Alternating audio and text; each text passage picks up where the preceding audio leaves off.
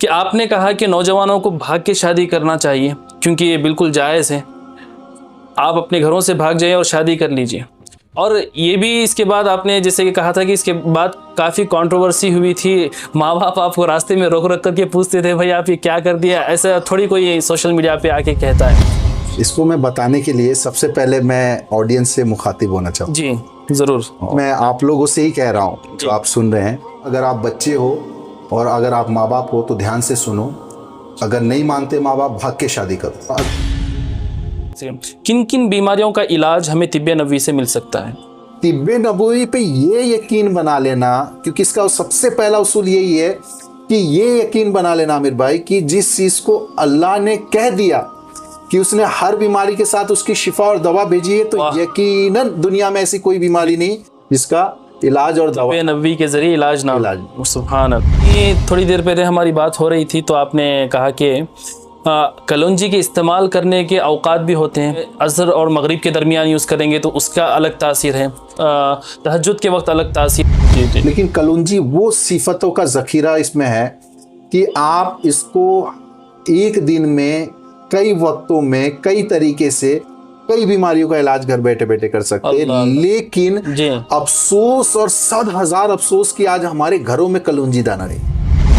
तो लोगों ने कॉन्सेप्ट समझ लिया कि मैं मास्टर पेशेंट पे बात करता हूँ, तो जो मेरे पास 1 कॉल 2 कॉल 3 कॉल हज़ारों कॉल जो मास्टर पेशेंट पे आने लगे ना जी, वो एक पिकअप पॉइंट था और वो चौंका देने वाला मंजर था कि आखिर ये मास्टर पेशेंट ये क्या बवाल हो गई कि मतलब एक नहीं बल्कि हज़ारों बच्चे इसमें इन्वॉल्व है। तो जब हमने बताया तो बच्चों ने हमसे एक ही चीज़ रिक्वेस्ट किया था, अकेले में बात करना है। अल्लाह।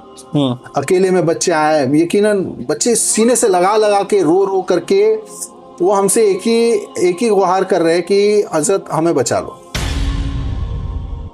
हम अक्सर दुआएं करते हैं कि अल्लाह हमें फितनों से बचाए।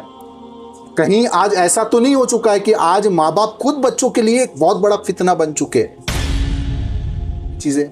उलमा का भी जिक्र आपने किया तो अक्सर आपकी बातों से मैंने देखा कि हमारे उलमा ख़ास करके जो खुतबा हज़रात, ख़तीब हज़रात जो हैं उनसे आपकी एक शिकायत है, उसका डिस्क्रिप्शन। अल रेहान तुलसी को कहते हैं, जिसको हम लोग घरों पे लगाना मायूब बुरा समझते हैं और बाज़ औरतें तो कहती हैं कि जिन्नात आता है या तो गलत फहमी है। अल्लाह की नेमत है, जन्नत का पौधा है। या नबी या नबी या नबी या नबी या नबी आका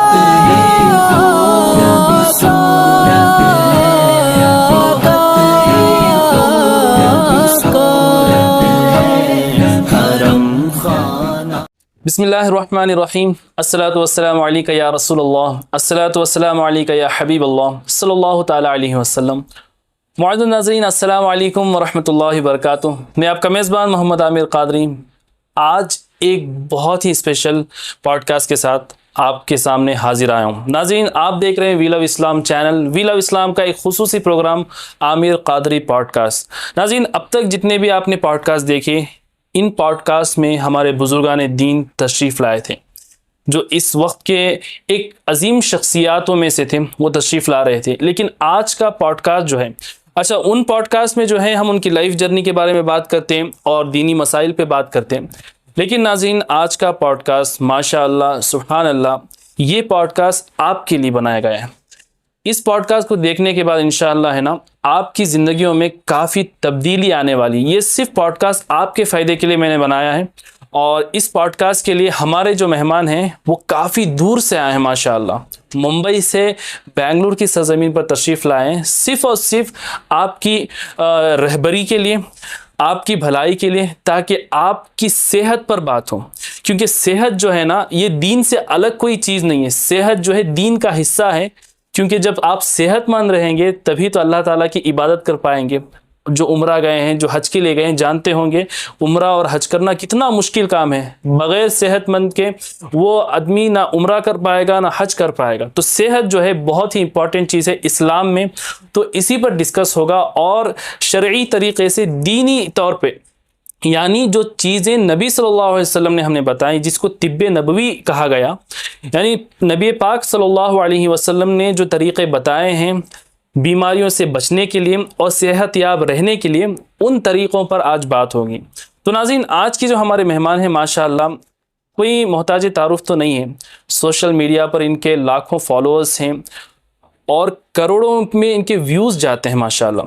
करोड़ों व्यूअर्स हैं, लाखों फॉलोअर्स हैं और ये जो है माशाअल्लाह तिब्बे नबवी के माहिर हैं।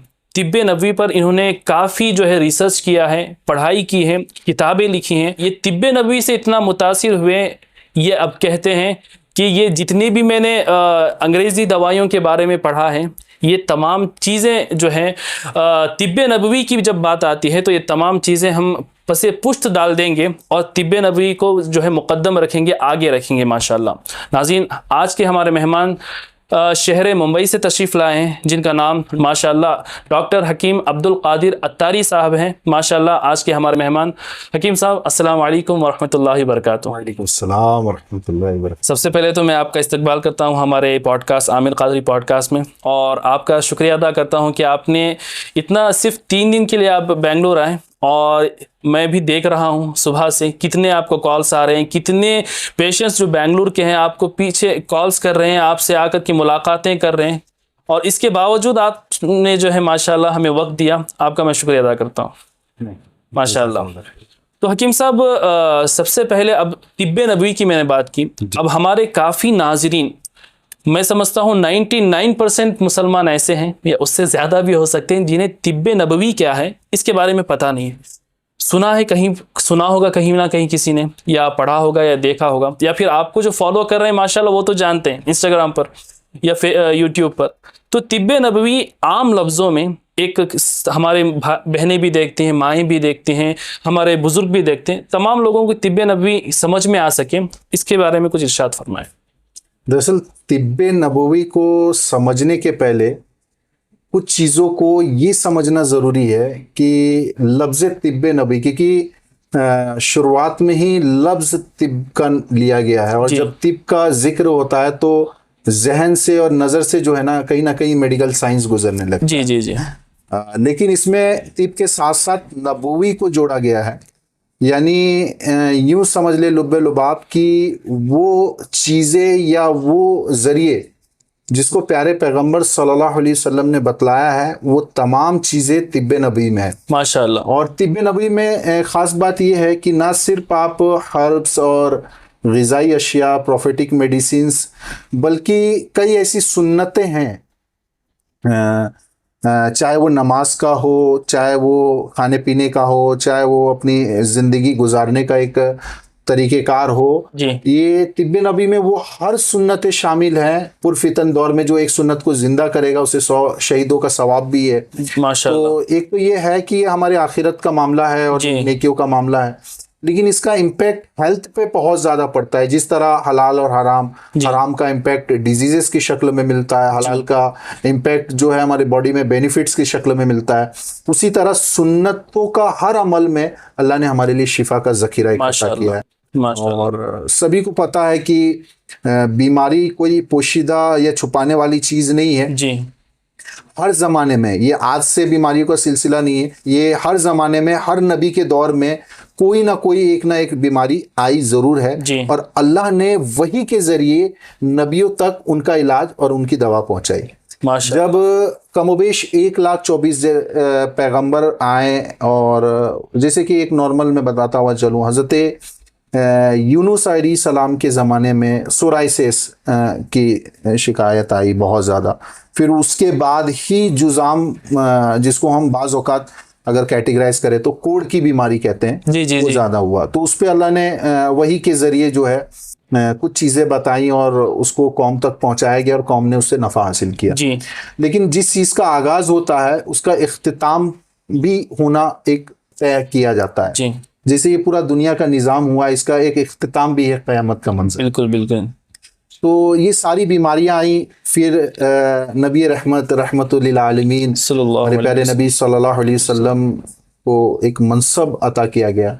लेकिन हम इतने खुशकिस्मत है कि हम ऐसे नबी की उम्मत में पैदा हुए कि जिस नबी की उम्मत में पैदा होने की दुआ खुद नबी ने फरमाई। सुभान अल्लाह, बेशक, इतनी बड़ी नेमत है। बेशक बेशक। तो अल्लाह ने कुरान मजीद में फिर एक लास्ट स्टेटमेंट जिसको कहते हैं वो दिया गया कि अब हमने हर बीमारी के साथ कहा कि अब हमने हर बीमारी के साथ उसकी शिफा और दवा दोनों भेज दी। सुभान वो मुकम्मल हो गया।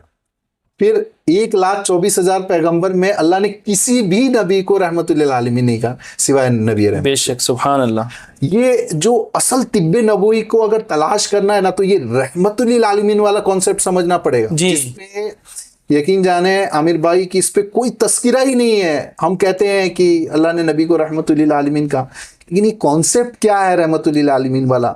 अल्लाह ने तमाम इंसानियत के लिए नबी को रहमत बना के भेजा, और आप अल्लाह तबारक व तआला ने नबी को इंसानियत की हर ज़रूरत, हर पहलू, हर शोबे, हर गोशे, हर डिपार्टमेंट पे रहमत बना के भेजा। सुभान अल्लाह। कोई ऐसी ज़रूरत नहीं थी जो आपने ना बतलाई हो।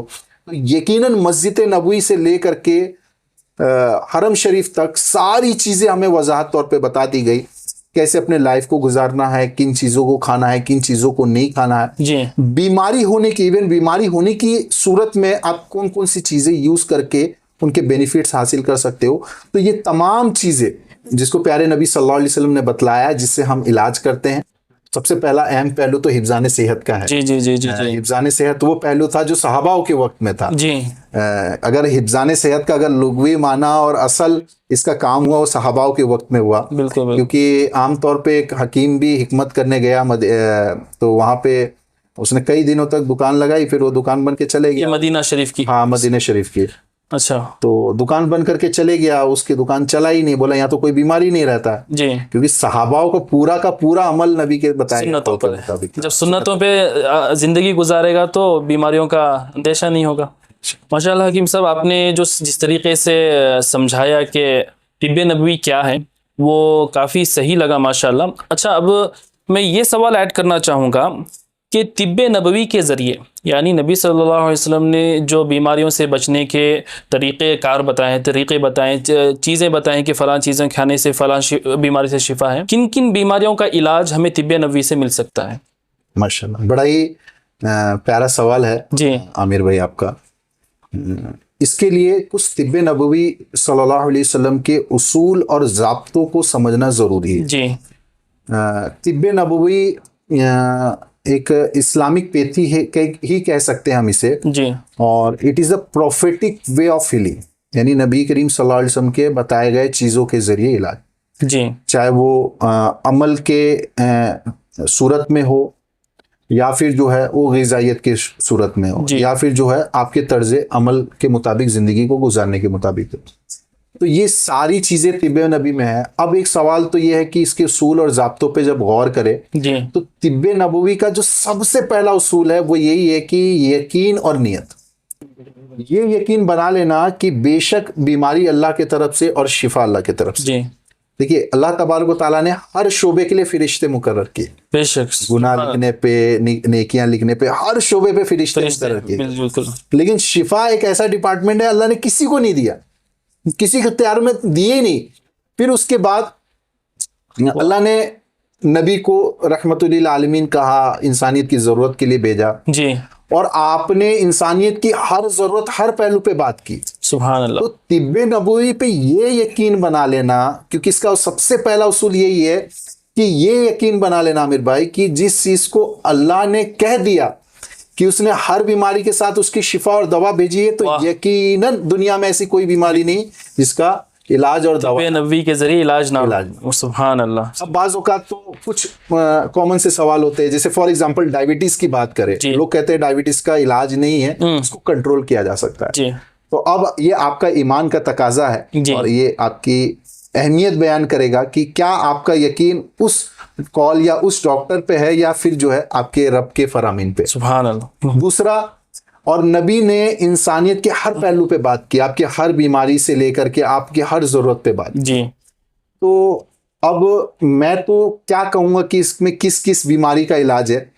अल्हम्दुलिल्लाह हमने तो अभी तक कमोबेश लाखों में लोगों की तिब्बे नबी के ज़रिए काउंसलिंग की और लाखों के तादाद में लोग इससे नफ़ा भी हासिल कर रहे हैं और सेहतमंद भी हो रहे हैं। जी।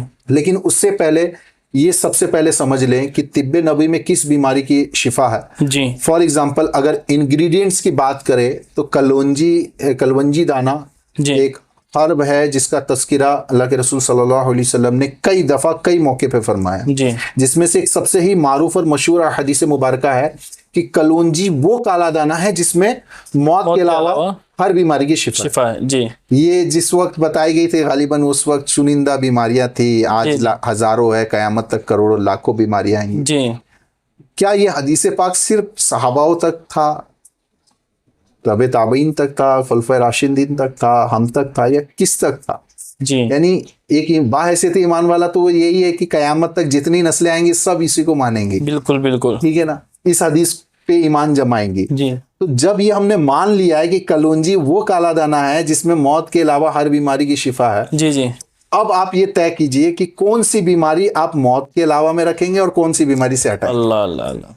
कलौंजी का आपने जिक्र छेड़ दिया, तो अभी थोड़ी देर पहले हमारी बात हो रही थी तो आपने कहा कि कलौंजी के इस्तेमाल करने के औकात भी होते हैं, यानी असर और मगरिब के दरमियान यूज़ करेंगे तो उसका अलग तासीर है, तहज्जुद के वक्त अलग तासीर है, वक्त के हिसाब से कलौंजी अपनी तासीर बदलती है। तो आप एक्सप्लेन कर सकते हैं क्या चीज़ है?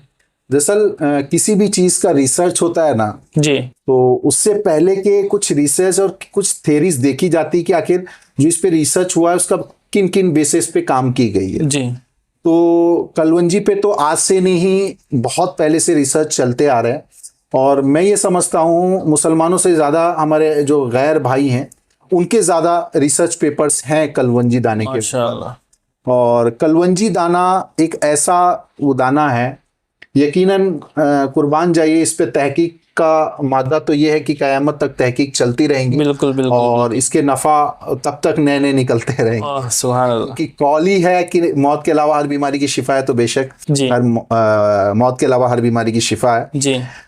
जैसे कि ऐसा बाज़ औक़ात होता है कि एक फल हमें एक मौसम में नफ़ा देता है, एक मौसम में नुकसान दे जाता है। जी, जैसे केले का हम गर्मी में ज्यादा इस्तेमाल करेंगे तो उसका कुछ ज्यादा ही नफा है, जी, वही ठंड में इस्तेमाल करेंगे तो हो सकता है गला बैठ जाए या कुछ इस तरह की। सही। तो मौसम और नेचर का भी एक इन्वॉल्वमेंट होता है कुछ चीजों में, कि बेमौसम बे चीजों को इस्तेमाल ज्यादा करना, कम तादाद में तो इस्तेमाल कर सकते हैं लेकिन ज्यादा इस्तेमाल करना नुकसान का बाइस होता है। जी जी। लेकिन कलौंजी वो सिफतों का जखीरा इसमें है कि आप इसको एक दिन में कई वक्तों में कई तरीके से कई बीमारियों का इलाज घर बैठे बैठे कर सकते हैं। लेकिन अफसोस और 100,000 अफसोस कि आज हमारे घरों में कलौंजी दाना नहीं।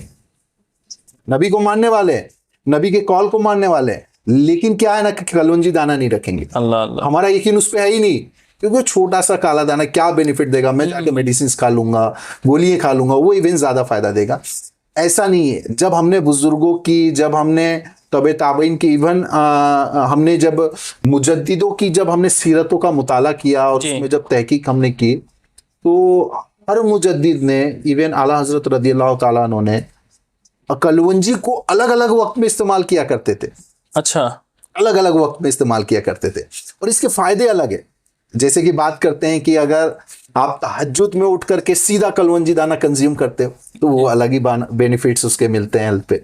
इवन कैंसर जैसी बीमारियों में कलौंजी दाना तहज्जुद के वक्त ही इस्तेमाल करवाने में ज्यादा फायदा रहता है। माशाअल्लाह माशाअल्लाह।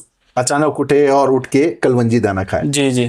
फिर उसके बाद कलौंजी दाना फजर के बाद, यानी फजर की नमाज के फौरन बाद खाने के अलग ही फायदे, इसके रिसर्च पेपर्स हैं। कलौंजी दाना सूरज निकलने के बाद खाने के अलग फायदे हैं। कलौंजी दाना खाने से 15 मिनट पानी पी के खाने में अलग फायदा।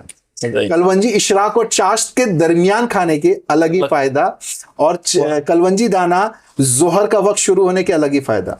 कलौंजी दाना असर का वक्त शुरू होने के पहले फायदा, और कलौंजी दाना और असर और मगरिब के दरमियान खाने के बहुत फायदे।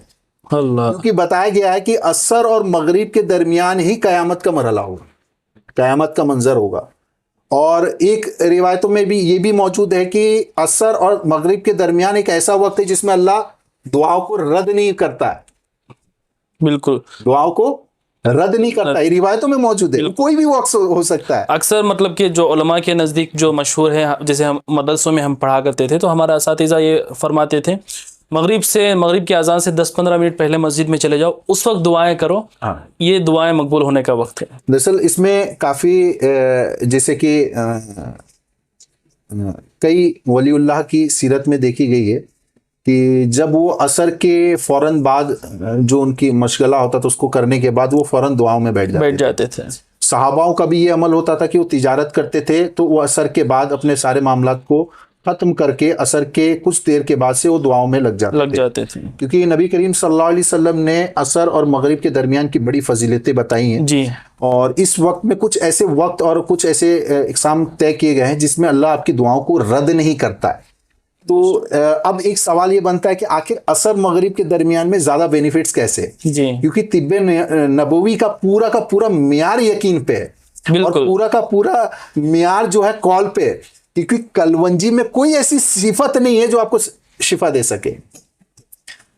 सिफत का जो मियार हम तय कर रहे हैं सिर्फ उस कॉल से कर रहे हैं जो अल्लाह के रसूल ने फरमाया। कमाल है फरमाने रसूल में। हाँ, तो सरकार ने फरमा दिया, इसमें इस फरमान में शिफा है, इस फरमान में शिफा है। सुभान अल्लाह। ये एक ऐसा मशहूर वाकया है ना कि एक अंबिया को उनको शदीद तकलीफ हुई और उनके तबीयत में बिगाड़ पैदा हुई, तो वो क्या उन्होंने दुआ की अल्लाह से, अल्लाह मेरी मदद फरमा।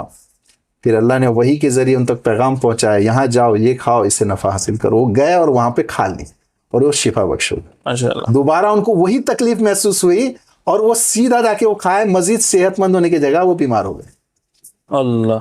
इससे ये पता चलता उसमें ना तो शिफा है ना तो नुकसान है। ये तमाम चीजें फरमाने मुस्तफा, फरमाने खुदा के। वो जो अमल पहला किया गया था वो अल्लाह के हुक्म को बजा लाने के लिए किया गया था, सुभान और अल्लाह। दूसरा जो था वो जाती मफाद था। आज बीमारियां बढ़ते जा रही है, इसकी सबसे बड़ी वजह है कि हमारा यकीन फरमाने खुदा और फरमाने मुस्तफा पे कमजोर हो चुका है। अल्लाह। अभी कलौंजी की बात छिड़ी गई है, मैं क्योंकि देखिए एक तो मैं होस्ट की हैसियत से भी बैठा हूँ और मैं एक इस हैसियत से बैठा हूँ कि मैं कुछ सीख सकूँ, एक पर्सनल लाइफ के बारे में जो मुझे लगता है कि ये कैसे करना है। हमारे नाज़रीन के जहन में भी ये सवाल पैदा हो रहा होगा। अब कलौंजी के आपने बता दिए कि हर वक्त के अलग अलग फ़ायदे हैं, अब हमें इस्तेमाल करना है, कलौंजी अपनी ज़िंदगियों में लाना है। हम बाज़ार जाएंगे, कलौंजी ख़रीद के लाएंगे, अब हमें उसको इस्तेमाल करना है। तो एक आम इंसान के लिए, वो चाहे बीमार हो ना हो, चाहे वो बच्चा हो, बूढ़ा हो, औरत हो, जवान हो, अब वो रोज़ाना कलौंजी इस्तेमाल कर सकता है। तो रोज़ाना के तौर पे कलौंजी इस्तेमाल करने का सही तरीका क्या है, किसके साथ लें, कब लें? देखिए इसमें दो चीज़ें हैं, एक तो सेहतमंद इस्तेमाल करे, दूसरा बीमार इस्तेमाल जी। बीमारों के लिए इस्तेमाल करने के लिए 4 वक्त दिए गए हैं। एक तहज्जुद के वक्त जी, और एक फजर का वक्त, दूसरा जो है आप असर मगरिब के दरमियान, और तीसरा रात में इशा। तहज्जुद का मतलब कि सहर का वक्त, यानी सूरज निकलने से पहले, सहरी जो करते हैं रमजान में, वो वक्त। हाँ, वो सहरी करने से पहले जी जी, मतलब आखिरी वक्त जिसमें फजर का वक्त शुरू होता है जी।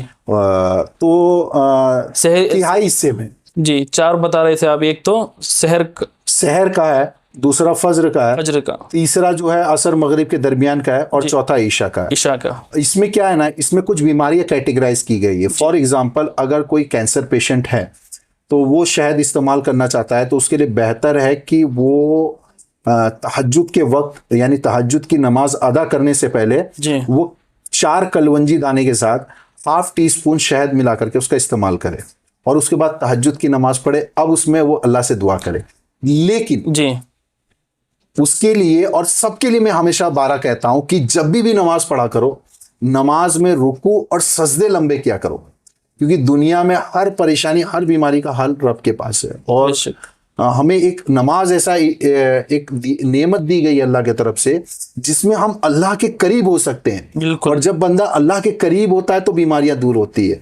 और नमाज में भी 2 ऐसा मरहला है जिसमें बंदा अल्लाह के बहुत ही करीब हो जाता है, एक है रुकू और दूसरा है सजदा। और यही 2 ऐसी चीजें हैं जिसमें हम बहुत जल्दबाजी करते हैं। बिल्कुल। रुकू लंबा करने के साइंटिफिक बेनिफिट पे बात करें तो ग्रेविटेशनल फोर्स चीजों को अपनी तरफ खींचती है। बॉडी डिटॉक्सिएशन के लिए बहुत अच्छा है, क्योंकि ब्लड फ्लो जब लेवलाइज्ड होता है तो PCI TCI level boost up होता है, फिर जो वो वापस खड़ा होता है तो फ्लो रिटर्न आता है। तो ये एक हार्ट वालों के लिए भी और ब्लड से रिलेटेड डिजीजेस वालों के लिए बहुत बेनिफिट्स है। इवन कैंसर वालों के लिए नमाज तो तहज्जुद तो नेमत है ही, एक प्रैक्टिकली आप उसको अमल करके अपने जिस्म पे फायदा हासिल कर रहे हो, अल्लाह का कुर्ब भी हासिल कर रहे जी। हो और अपने आखिरतों के लिए भी ज़खीरा इकट्ठा कर रहे हो, लेकिन दुनियावी एतबार से भी आप बीमारियों से महफूज रह रहे हो। और फिर उसके बाद अपनी बीमारी के लिए दुआ करें। क्यों? क्योंकि तिब्बे नबवी का जो सबसे पहला उसूल होने के बाद जो दूसरा उसूल आता है वो सदका है। क्या आता है? सदका। क्योंकि सदका बलाओं को और बीमारी को दूर करता है। जी जी जी जी। अगर आपको 112 हड्डियों में दर्द हो रहा है तो 112 हड्डियों का आप सदका निकालो। जी जी जी जी। बच्चों की ऐसा नहीं, हम लोगों ने कॉन्सेप्ट बना रखा है कि सिर्फ पैसों का सदका नहीं, किसी भी खैर का काम करके उसको सदका कर दो। जी जी। रास्ते से पत्थर हटा के कर दो, बच्चों की अच्छी परवरिश की नियत करके करो, और वो करने के बाद ये कह दो कि बस वो मैंने अपने कैंसर की, अपनी इस हड्डी की, अपनी इस हड्डी की, इस बीमारी की मैंने सदका उतार दिया। यकीनन सदका बलाओं को नीचे नहीं आना, और ये बीमारियां, ये परेशानियां सब बलाएं हैं, ये नुहसतें हैं, ये दज्जालियतें जो हमारी जिंदगी में शामिल हो रही है, इससे बचना है तो गिज़ाइयत के साथ साथ जो है अल्लाह की तरफ से मदद हासिल करनी पड़ेगी, और अल्लाह के लिए मदद हासिल करने के लिए उसके तरफ होना पड़ेगा। बिल्कुल। तो जब भी बीमारी हो तो सबसे पहले हमें हमेशा 12 कहते हैं सदका उतारा करो। जी। कोई भी अमल खैर कर लो, कुछ अच्छी नियत कर लो, उसको साले सवाब कर दो अपने उस बीमारी के लिए। फिर उसके बाद उसका ट्रीटमेंट करो, जैसे कलवंजी दाना, और इसके कई थेरेपीज है।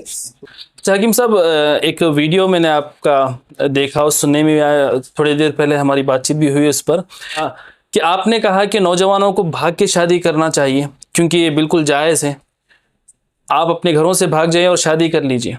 और ये भी इसके बाद आपने जैसे कि कहा था कि इसके बाद काफ़ी कंट्रोवर्सी हुई थी, माँ बाप आपको रास्ते में रोक रख करके पूछते थे भाई आप ये क्या कर दिया, ऐसा थोड़ी कोई सोशल मीडिया पे आके कहता है।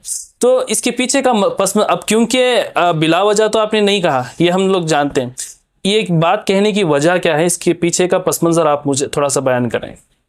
तो माशाल्लाह, इसको मैं बताने के लिए सबसे पहले मैं ऑडियंस से मुखातिब होना चाहूँ। जी ज़रूर। और ऑडियंस को के तरफ मैं आप लोगों से ही कह रहा हूँ जो आप सुन रहे हैं, लेकिन इसको शुरुआत करने से पहले मैं फिर कहूँगा, अगर आप बच्चे हो और अगर आप माँ बाप हो तो ध्यान से सुनो। अगर नहीं मानते माँ बाप, भाग के शादी करो, और शादी करके लाके उनके सामने खड़ा करो। क्यों कहा, इसके लिए समझने के लिए थोड़ा सा बैक में चलना पड़ेगा। अभी कुछ दिन पहले हमने जब तिब्बे नबी सल्लल्लाहु अलैहि वसल्लम का काम किया, क्योंकि तिब्बे नबवी में वो सारी चीज़ें आती जिसका ताल्लुक सेहत से, जी। और हिफ्ज़ाने सेहत यानी सेहत की हिफाजत करना, ये अहम फरीज़ा है हमारे ऊपर, जिस पे आज हमारी बिल्कुल ज़र्रा बराबर भी तवज्जो नहीं।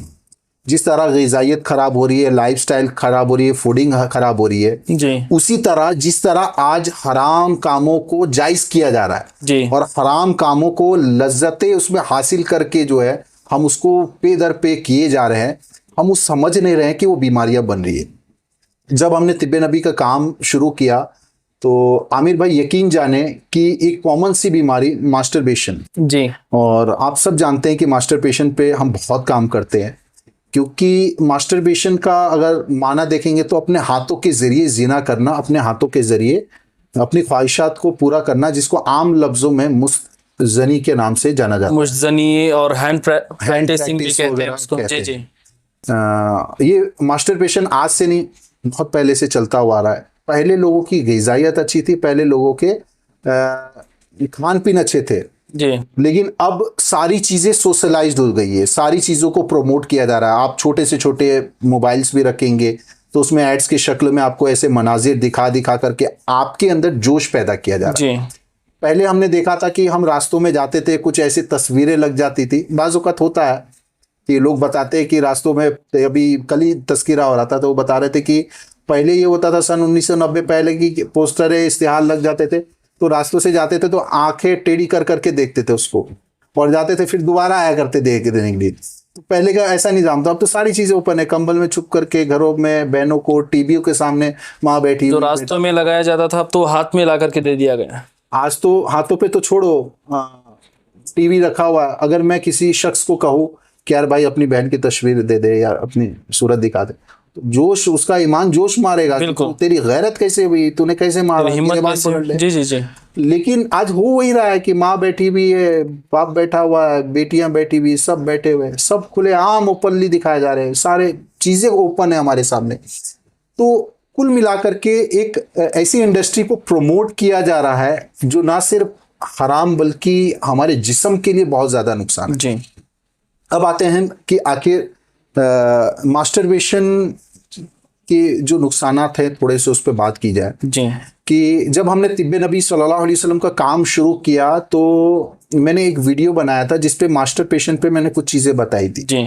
तो लोगों ने कॉन्सेप्ट समझ लिया कि मैं मास्टरबेशन पे बात करता हूँ, तो जो जिस शोबे में काम करता है तो फिर उस शोबे के ताल्लुक से लोग आपसे जुड़ते हैं। जी। तो मेरे पास 1 कॉल, 2 कॉल, 3 कॉल, हजारों कॉल जो मास्टरबेशन पे आने लगे ना, जी।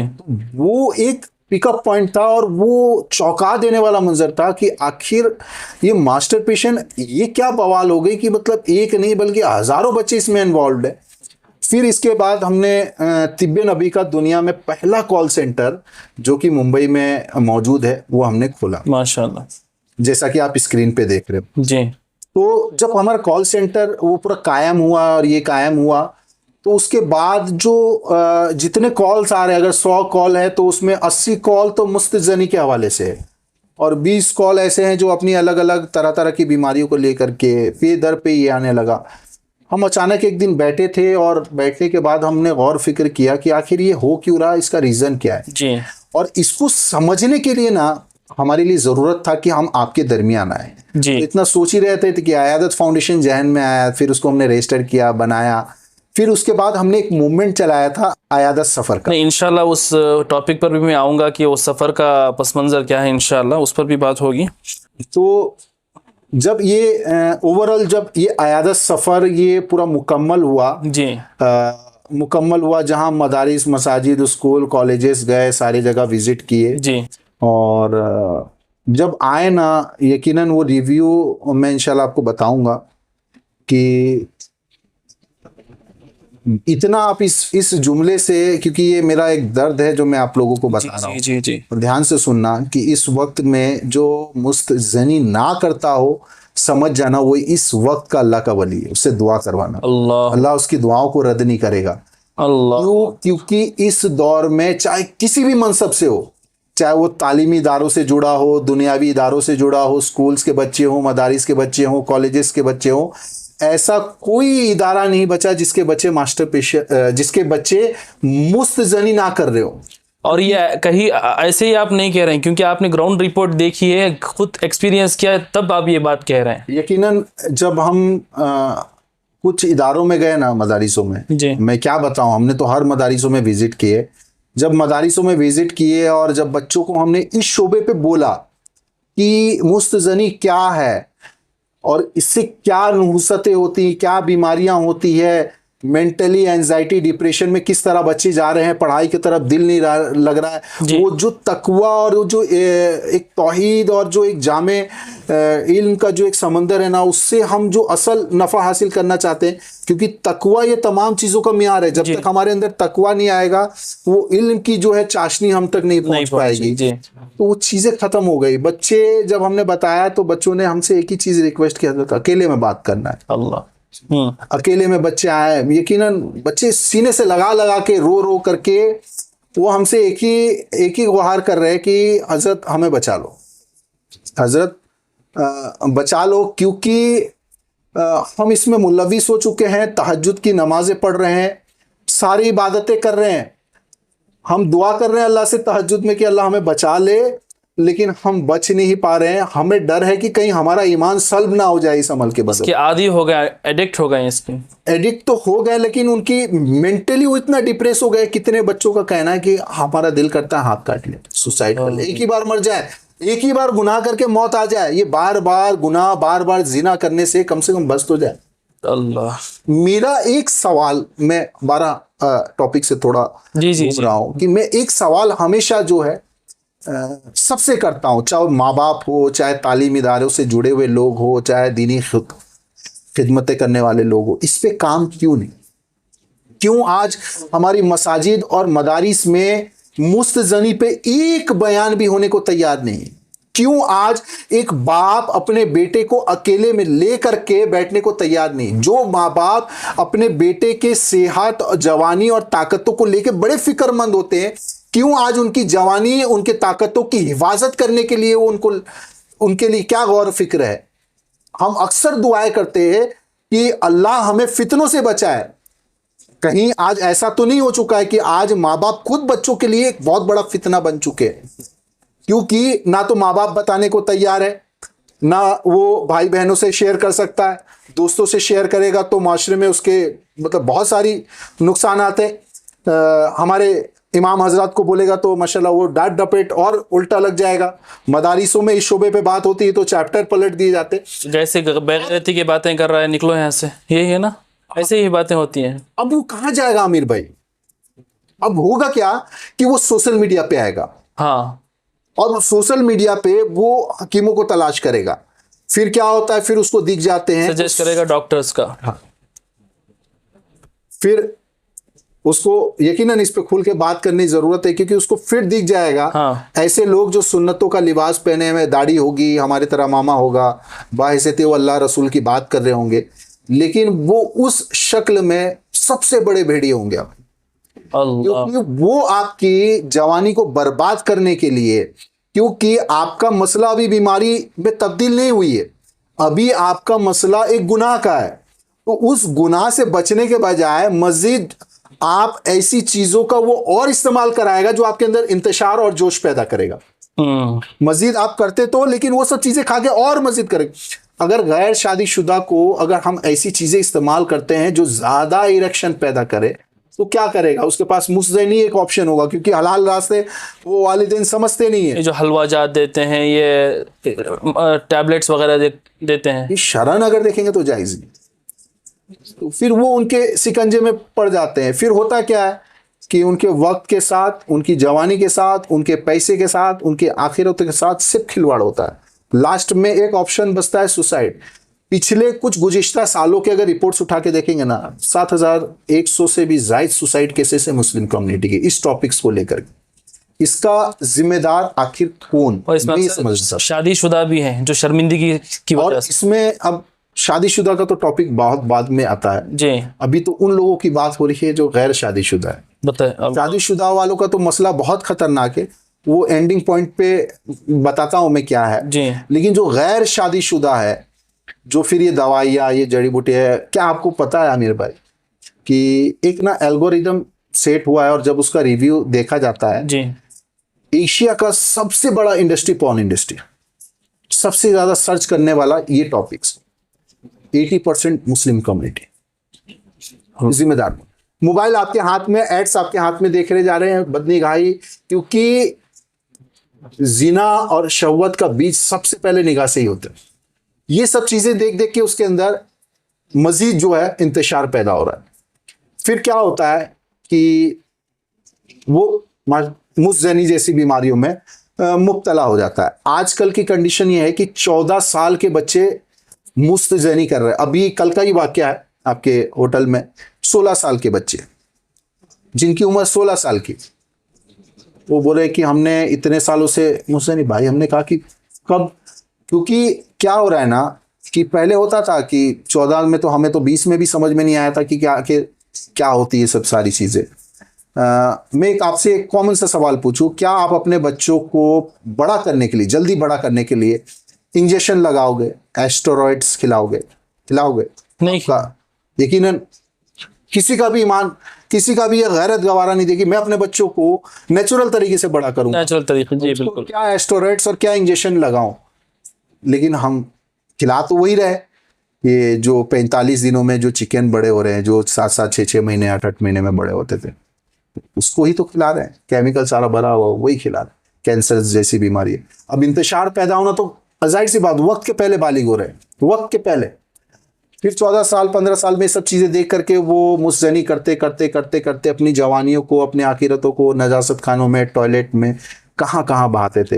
ये जो माँ बाप जो हसरत की नज़र से अपनी औलादों को उठा करके देख के रोए थे, अश्क बहाए थे, यकीनन ये माँ बाप महरूम हो जाएंगी, ये औलादें महरूम हो जाएंगी कि वो अपनी औलादों के लिए तरस जाए। आज हो यही रहा है कि आज कंसीव होने में कितने इश्यूज आ रहे हैं, आज फिर उसके ऊपर और दजालियत आ गए, जिसका हम तस्किरा ना ही करें तो बेहतर है।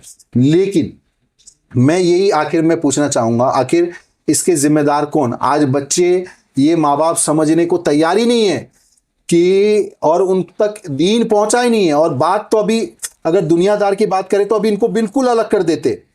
अभी सिर्फ बात उन लोगों की करते हैं जो दीनी एतबार से जुड़े हैं, चाहे वो उलमा इकराम हो, चाहे मसाजिद में खिदमत करने वाले हो, चाहे फिर वो दीनी एतबार से कैसे भी जुड़े हैं। अगर हम अपने घर का जायजा ले तो हम अपने बच्चों की उम्र निकाह जो है 25, 26, 27, 28 साल की उम्र में कर रहे हैं। तभी आप उनको लेकर बैठो, उनके सरों पे हाथ फेरो और उनसे पूछो उनकी क्या परेशानी है इस ताल्लुक से। वो यकीनन आपको दर्द और गम बताएंगे। आज बच्चे हमें क्यों फोन करते मुझे ये समझ में नहीं आता है, जबकि उनके पास उनके अपने थे, उनके अपने मसाजिद के इमाम थे, अपने काम करने वाले लोग थे, लेकिन उन तक ये बातें नहीं पहुंचाई गई और आप बोलने को तैयार नहीं हो। वो हमसे शेयर करते, बच्चे रोते। कितने बच्चे बोलते हैं हम सुसाइड करना चाहते हैं, मरना चाहते हैं, मर नहीं पाते। कितने बच्चे ऐसे हैं जो निकाह से बचने के लिए गाड़ियों के सामने छतों से कूद करके पैर हाथ तोड़ के तारीखों को बढ़वा रहे हैं, क्योंकि उनको पता है कि उनकी जवानी बर्बाद हो चुकी है। और कंडीशन ये है कि कंडीशन ये है कि मुस्तजनी कर करके, क्योंकि देखिए कॉमन सी बात है, कुछ लोग मुस्लिम डॉक्टर्स भी और कुछ लोग इसको प्रोमोट भी कर रहे हैं कि मुस्तजनी करना जायज है। मैं कहता हूं कि वो कुछ भी आपको रेफरेंसेस देता है। मैं आपको हदीस का हवाला देता हूं कि रसूलुल्लाह सल्लल्लाहु अलैहि वसल्लम की एक बड़ी प्यारी हदीस पाक है कि आप अपनी ख्वाहिशात को अपनी बीवी के अलावा किसी भी दूसरे, यानी जो जिनसे ख्वाहिशात है, उसको किसी दूसरे जरिए से पूरा नहीं कर सकते। बिल्कुल। जब ये मना कर दिया गया, इसको हराम कह दिया गया, तो दुनिया का कोई आदमी, अगरचे आपको हकीम अब्दुल कादिर भी कहता है कि इसको करो, इसके फायदे, उस पर हमारा कॉल नहीं माना जाएगा।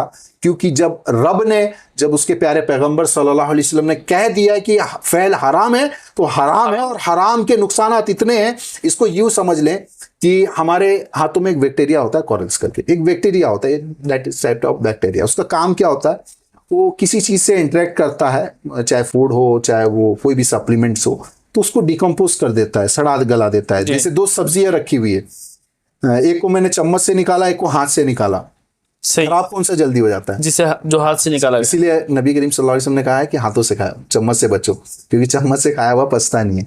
हाँ। जब हम हाथों से खाते हैं तो सलाइवा से इंटरेक्ट करता है और उसका जो प्री जर्नाइन का है वो न्यूट्रिशनल को निकालने का काम करता है ताकि वो डिकम्पोज जल्दी हो जाए। हाथ से और चम्मच से खाने की बात कितनी आपने माशाल्लाह हदीस से साबित की और साइंटिफिक तरीके से भी आपने बताया। तो वही बैक्टीरिया को हम अज़्वे खास पे मसलते रगड़ते हैं, जिसका निचला हिस्सा कमज़ोर हो जाता है।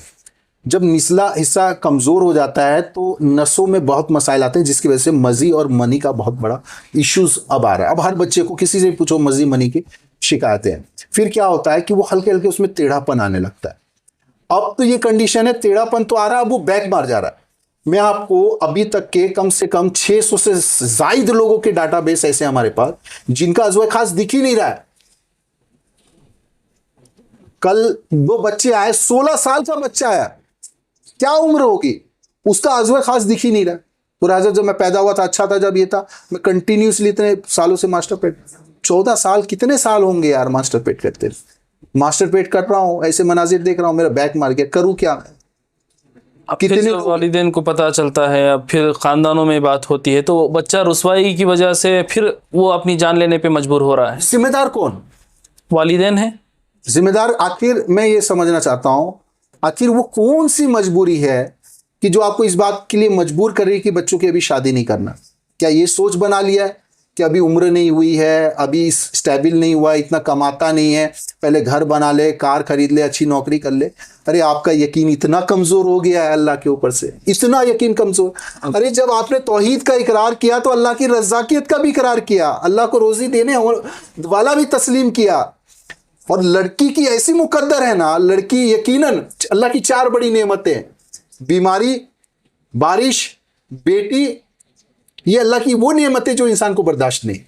अल्लाह, बेटी इतनी प्यारी नेमत है ना, उसके पैदा होने से उसके माँ बाप के घर तक का हर मरहला लिखा गया, और वो मरहला कंप्लीट करने के बाद जब वो मर्द के निकाह में जाती है तो ना सिर्फ, क्योंकि एक मैंने मुजद्दिद अल-फिसानी का एक कॉल पढ़ा था जी, कि जब लड़की अपने घर से निकलती है ना तो वो अपना रिस्क लेके निकलती है और लड़के का नसीब भी लेके निकलती है। यानी जो लड़के के नसीब में माल का इजाफा किया जाएगा वो लड़की के नसीब से देखा जाता है। बिल्कुल। यानी जो उसके मुकद्दर में लिखा रहता है, यानी लड़की अपनी रोजी खुद लेके आती है, साथ ही साथ उस लड़के का भी रोजी लेके आती है।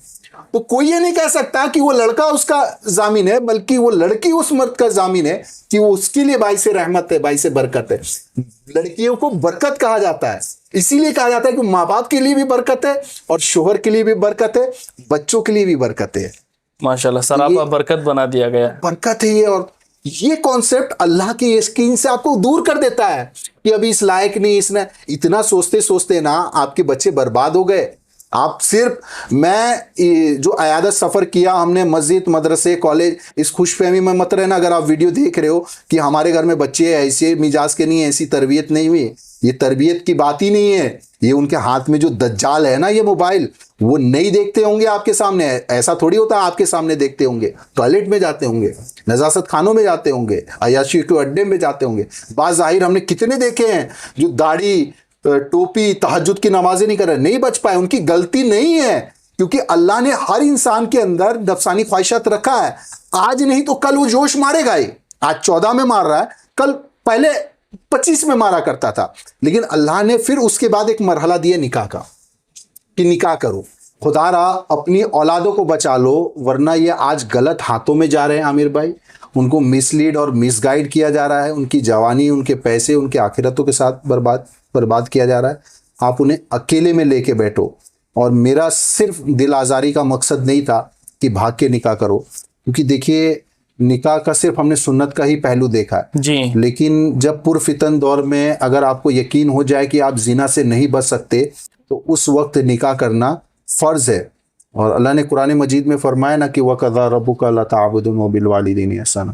अल्लाह ने सबसे पहले अपनी इबादत का हुक्म दिया। अगर वो उस फरीज़े पे अमल करने के लिए अगर आपका इताअत दखल दे रहा है जी, जिसकी वजह से वो फरीज़ा अमल नहीं कर पा रहा है, तो उस वक्त हुक्म है कि माँ बाप की इताअत ना की जाए। और यकीनन ये ऐसा शोबा है ना कि जिसकी वजह से ना सिर्फ एक ज़िंदगी बल्कि 2 ज़िंदगियाँ और कई परिवारों की ज़िंदगियाँ बर्बाद हो रही है। मैं एक छोटी सी मिसाल दे करके इसको एंड अप करता हूँ कि बॉम्बे में हमारे यहाँ दारुल कज़ा है जी। कई वाक़यात आते हैं। आप शायद आप लोगों को इसका एक रिव्यू ना पता हो कि इंडिया में तलाक के केसेस ख़त्म होते जा रहे हैं। अब सीधा खुला के केसेस लड़कियों के तरफ से खुला लिए जा रहे हैं। हमारे जब दारुल कज़ा में इमरानुल्लाह खान सर है, वो बैठे थे और बच्ची आई, बच्ची का बाप बैठा हुआ है, लड़का है, लड़के का बाप बैठा हुआ है। बच्ची कहती है कि मैं इस शख्स को, अपने शोहर को जिंदगी भर बैठा के खिलाऊंगी, इसको कमाने की ज़रूरत नहीं, इसके कपड़े लाते जूते हर ज़रूरत को मैं पूरा करूंगी, लेकिन ये इस लायक तो हो कि कम से कम ये मेरी ज़रूरत को पूरा करे। कंडीशन ये है। और सारे बच्चों की, मैं आज आमिर भाई आपके साथ बैठा हूं, इंशाल्लाह आप लोग 5 साल के बाद ये सर्वे करना। 5 साल का मैं आप लोगों को वादा देता हूं कि ये 5 साल तक ऐसे ही चलने दो। आपकी औलादे, एक औलादे भी पैदा कर ले तो समझ जाना उस शख्स से आप जाके दुआ कराना, अल्लाह उस शख्स की दुआ को रद्द नहीं करेगी। अल्लाह अल्लाह। ये पूरा का पूरा एक इंडस्ट्री चल रहा है जिसको हम समझ नहीं रहे हैं, और माँ बाप वो जालिमों की फहरिस्त में खड़े हो गए हैं। आज मेरे बात थोड़े से आपको सख्त लग रहे हो क्योंकि हमारे सामने सुसाइड केसेस है, हमारे सामने बच्चों के वो आंसू है, हमारे सामने वो बच्चों के दर्द है, उनके पैसे देखते हैं कितने वो उड़ा रहे हैं पैसों को। माँ बाप समझते ही नहीं, वो खाली एक ये है कि माशरे में क्या होगा, लोग क्या कहेंगे, अरे सेटल हो जाए, सेटल हो जाए, सेटल हो जाए। 1000 रुपये में शादी करे ना यार, कॉन्सेप्ट बनाओ 1000 रुपये का शादी का, करो बच्चों की शादी। अगर आगे अब भी लगता है कि नहीं लड़का, निकाह कर दो, विदाई बाद में करो, एक हलाल रास्ता दो। अगर यकीन ना हो तो जाके देखो होटल के लिस्टिंग में, उनके डायरीज में क्या हाल है। 60-65-80% मुस्लिम बच्चियां हैं जो होटलों में जा रही हैं बुरखे पहन की। कौन है जिम्मेदार?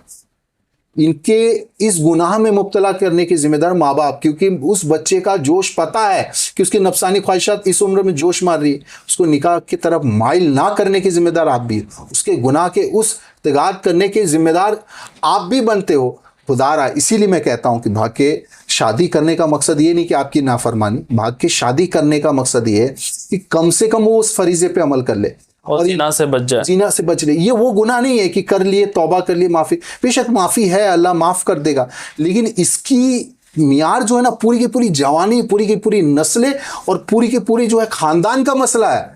ये पूरी खानदानें, पूरी नस्लें और पूरी औलादें बर्बाद हो रही है, तबाह हो रही है। आने वाले वक्त में ये एक औलाद भी नहीं पैदा कर पाएंगी। आने वाले वक्त में जो है ये इस लायक नहीं रहेंगे। अब बच्चियां खुल के खुला मांग रही हैं, आप कर क्या लोगे? आप सोच रहे हो 28 में करोगे, 28 में इस लायक। अब भी कंडीशन ये है कि किसी के घर में जाके सर्वे करो, 1 से 2 बच्चे, बस, इससे ज्यादा है ही नहीं। अल्लाह। ये नहुसत है। बचाओ खुदारा अपने बच्चों को।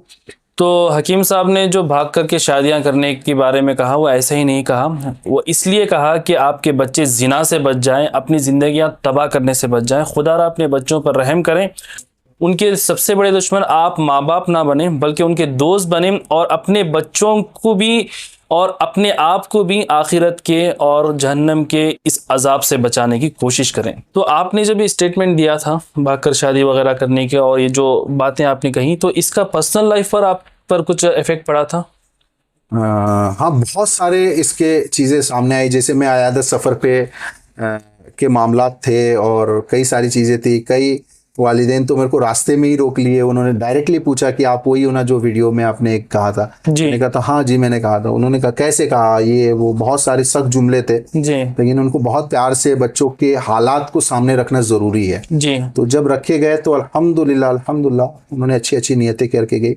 और एक मिसाल तो हमारे सामने है कि अल्हम्दुलिल्लाह उस बच्चे ने मेरे उस वीडियोस को ले जा करके अपने माँ बाप को दिखाया और सीधा कहा कि अब बताओ करना क्या है, तो मुझे मारो पीटो कुछ भी करो, मैं इस गुनाह में मुब्तला हूँ। तो मुझे बचाना चाहते हो तो मेरा निकाह करा दो, नहीं कराना चाहते हो बोल दो साहब, मैं अभी घर से निकल जाता हूँ, अगर टालोगे तो मैं भाग जाता हूँ।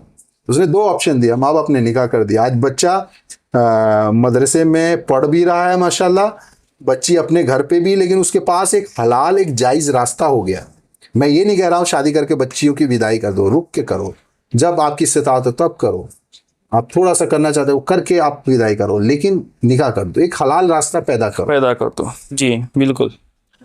अच्छा हकीम साहब, अभी बार बार अयादत सफ़र का जिक्र छेड़ा था, आपने भी कहा, तो अब हमारे नाज़रीन कंफ्यूज हो रहे होंगे अयादत सफ़र क्या है। नाज़रीन, अयादत सफ़र के बारे में हकीम साहब तो कहेंगे ही, लेकिन माशाल्लाह मैं ये कह दूं कि तकरीबन यूपी के मामला, अगर मैं यूपी कहूँ, उत्तर प्रदेश का मामला कहूँ, तो 10 शहरों का पैदल सफ़र इन्होंने किया था अयादत सफ़र में, ताकि एक लोगों के दरमियान अवेयरनेस पैदा हो कि तिब्बे नबवी पे जो काम कर रहे हैं लोग इसे समझे। भाई ये कौन मौली साहब हैं, कौन हकीम साहब हैं, इतना दूर चल चल के सफ़र कर रहे हैं, कैंप लगा रहे हैं, हालांकि ये कर क्या रहे हैं। एक इनकलाब पैदा करने की नीयत से इन्होंने कहा था। उस वक्त आपने मुझे इंस्टाग्राम पर एक रील बनाने के लिए भी कहा था, मैंने भी उसको बना जितना कोशिश कर सके मैंने भी किया था, काफ़ी लोगों ने भी किया माशाल्लाह। तो इयादत सफ़र के बारे में कुछ बताएं कि इसके पीछे का मकसद और पस मंजर क्या है? दरअसल इसमें 2 चीज़ें हैं। सबसे पहला अयादत फाउंडेशन। अयादत जो है एक नबी करीम सल्लल्लाहु अलैहि वसल्लम का एक पसंदीदा अमल था जी, कि वो मरीजों की अयादत किया करते थे और मरीज बारह इससे बहुत नफ़ा भी हासिल करते थे। जी जी। तो एक पसंदीदा अमल था, एक सुन्ना था। तो इस सुन्ना को फिर से एक मुहिम की शक्ल में, एक आंदोलन की शक्ल में शुरू करने के लिए अयादत फाउंडेशन बनाई गई जी। जब अयादत फाउंडेशन बनी तो फिर उसके बाद सबसे पहला जो बुनियाद रखा गया वो अयादत सफ़र के लिए ताल्लुक से रखा, क्योंकि अयादत फाउंडेशन में वुमेन्स डेवलपमेंट पे भी बहुत काम किया जा रहा है जी।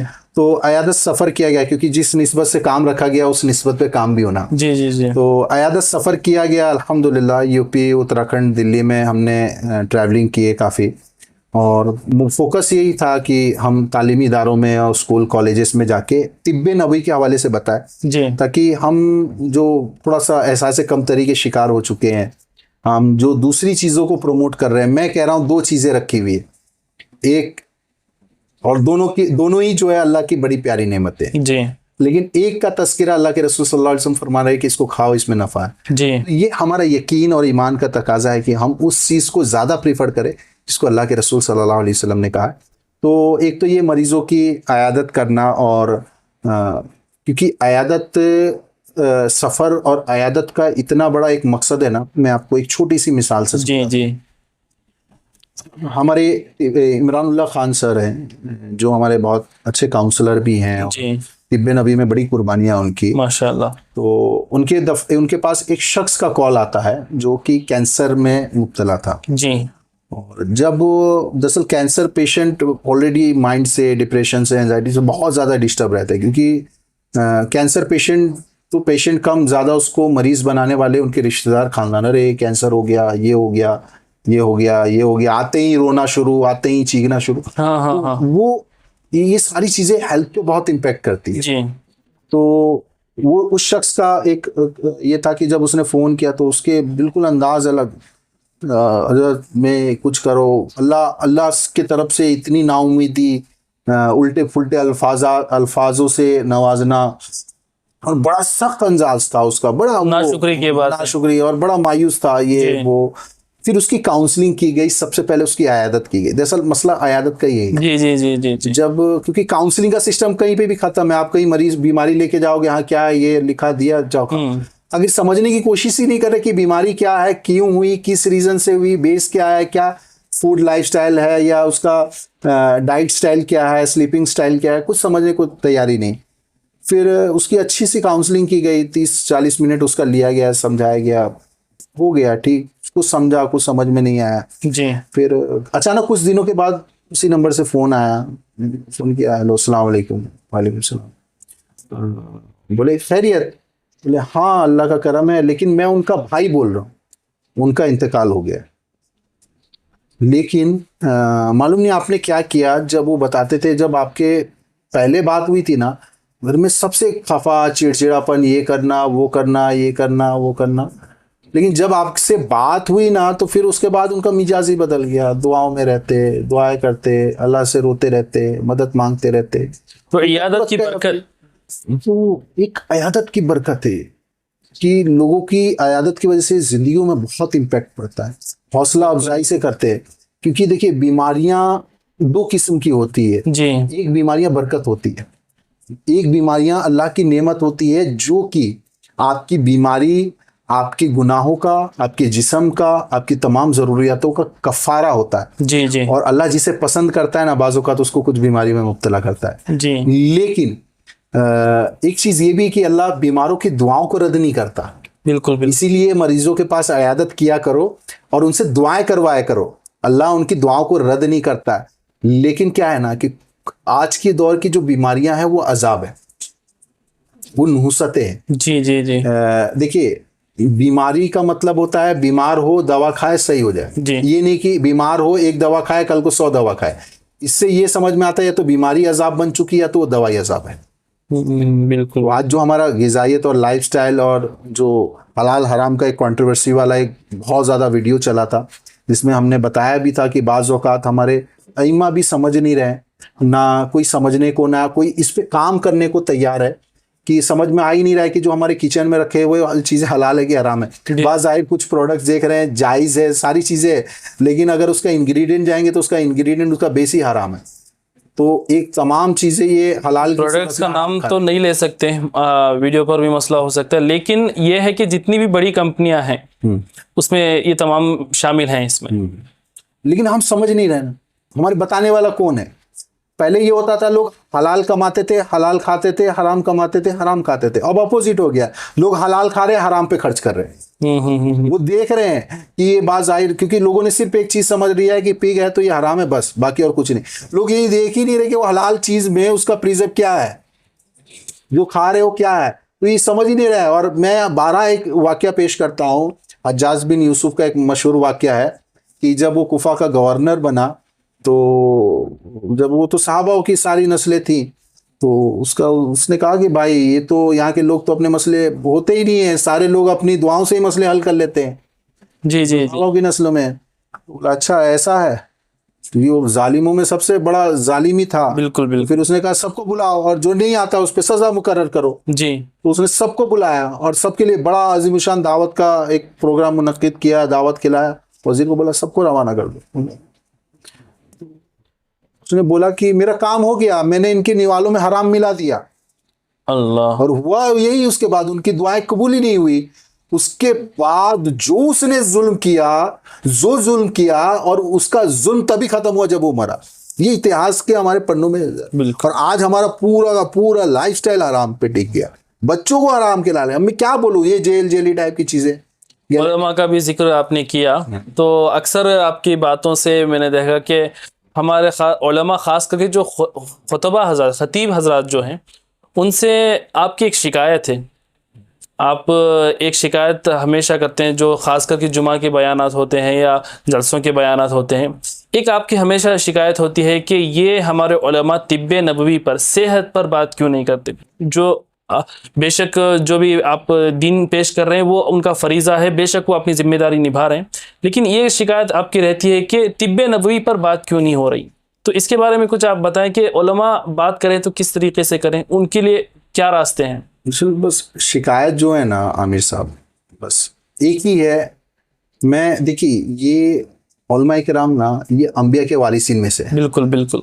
इनको देखना, इनसे मिलना, इनसे मुसाफा करना, ये भी एक इबादत है। बिल्कुल बिल्कुल। तो मैं इनके मुखालफत पे नहीं हूँ।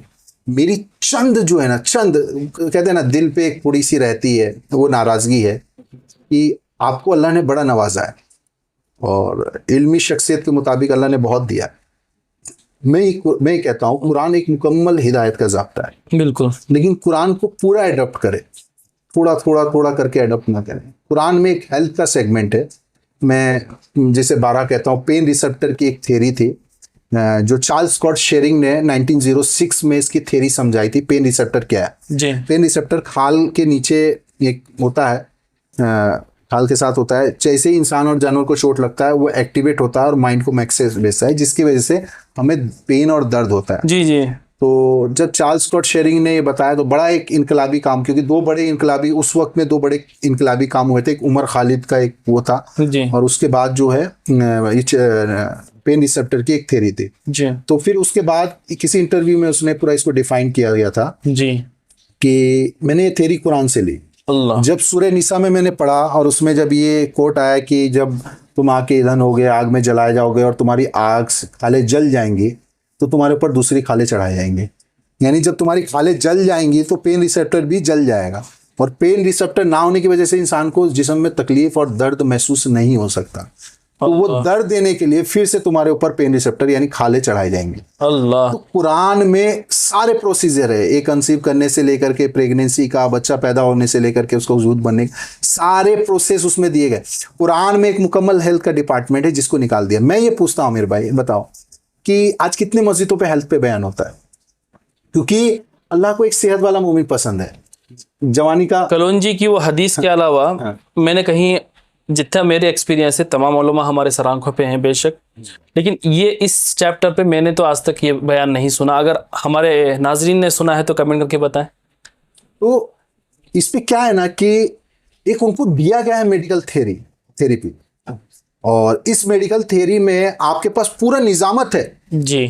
निजामत का सिलसिला हमें दिया गया, फिजिक्स हमें दिया गया, साइंस हमें दिया गया, केमिस्ट्री हमें दिया गया, बायोलॉजी हमें दिया गया, इवन हमें पॉलिटिक्स दिया गया, हेल्थ दिया गया। लेकिन हम लोगों ने इसको दुनिया कर दिया, जितनी ज़रूरत थी उसको दीन कर दिया। ऐसा नहीं, क्योंकि हेल्थ वो डिपार्टमेंट है, क्योंकि अल्लाह को एक सेहत वाला मोमिन पसंद है। और जवानी का एक सजदा बुढ़ापे का 70 सजदा बराबर है। तो आखिर बुढ़ापा क्या है? बाल का पक जाना। वो तो आजकल 20 साल के बच्चों के भी बाल पक रहे हैं। बिल्कुल। तो यहाँ बुढ़ापे की मियार सिर्फ ताकत की है। जिस दिन ताकत खत्म हो गई, चाहे वो 20 में हो चाहे वो 70 में हो, उस दिन आप बुढ़े हो।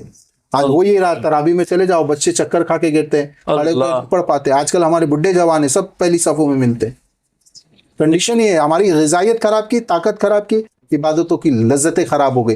हो ये रहा, नमाज पढ़ते ख्याल नहीं होता। इमाम साहब बोलते कोई ताबीज़ बना के दे दो, कुछ दम कर दो, ख्याल नहीं रहता। अरे भाई, तू एंजाइटी और डिप्रेशन का शिकार है, तुझे जहनी तौर से सुकून पाना है पहले। तो उसके लिए तुझे जो है दुआओं की ज़रूरत नहीं है, तुझे वो चीज़ें चाहिए जो इन चीज़ों को दूर कर सके।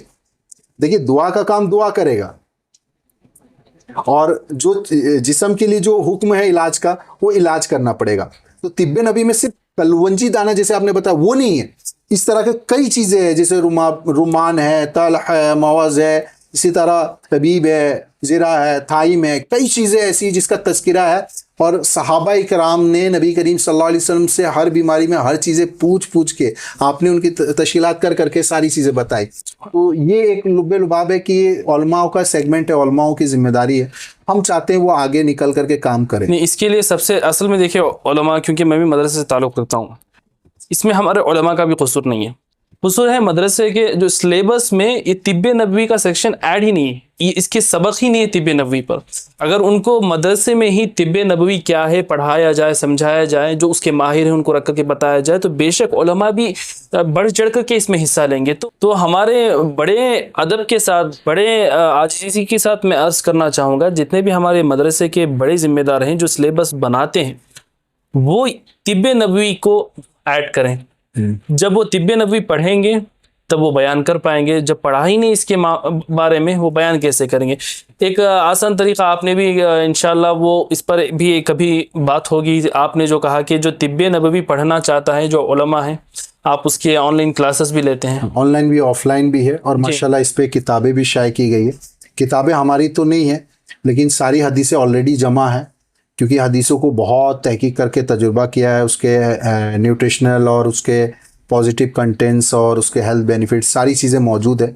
आप लोगों के लिए कई आसानियां हैं, बस हम तैयार हों कि हम, दरअसल क्या होता है ना, जब आयुर्वेद का और जब और चीज़ों का अगर जिक्र आता है तो फिर हम तिब्ब नबी को फोकियत नहीं देते, लेकिन हमारा यकीन तिब्ब, एक बायसित मुसलमान हमारा यकीन तिब्ब नबी, प्यारे आका सल्लल्लाहु अलैहि वसल्लम के जो फरमान है, बस वही हमारे लिए मशाल राह है, वही हमारा ईमान है इंशाअल्लाह। तो उलमा जितने भी हैं, मैं हकीम साहब के जो नंबर्स हैं, कॉन्टैक्ट नंबर मैं दे दूंगा, स्क्रीन पर आपको नज़र आ रहे होंगे, डिस्क्रिप्शन में मौजूद हैं, इनसे कांटेक्ट करिए।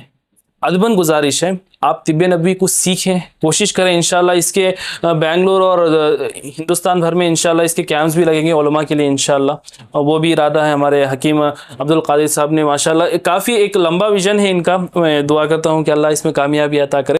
तो नाज़रीन कहीं जाइए मत, वीडियो अभी ख़त्म नहीं हुआ है। हाँ, वक्त ख़त्म हो गया, इस वीडियो का पार्ट 2 भी आने वाला है। काफ़ी सेंसिटिव मुद्दे पर बातचीत होने वाली है। पार्ट 2 जो है ना, इससे भी इंशाल्लाह इससे ज़्यादा इंटरेस्टिंग होने वाला है, ऐसे ऐसे सवालात आने वाले हैं। तो इस वीडियो को आप यकीनन ज़्यादा से ज़्यादा ज़रूर शेयर करें। फ़ायदे की बात है, सिर्फ मेरी नहीं, आपकी, आपकी फ़ैमिली की, आपके बच्चों की, बीवी की, वालिदैन की, तमाम फ़ायदों की बात इसमें की गई है। तो इस वीडियो को ज़्यादा से ज़्यादा शेयर करें। और हकीम अब्दुल कादिर अत्तारी साहब का जो चैनल है यूट्यूब, उसका लिंक मैंने डिस्क्रिप्शन में दिया हुआ है, और ये जो नाम आपको नज़र आ रहा है, ये यूट्यूब पर सर्च कर लीजिएगा, इंशाल्लाह आपको चैनल मिल जाएगा। इसको जा करके ज़रूर सब्सक्राइब कीजिए और वीडियोज़ देखिए, इंशाल्लाह काफ़ी फ़ायदा हासिल होगा। तब तक दुआ में याद रखें। अस्सलाम वालेकुम।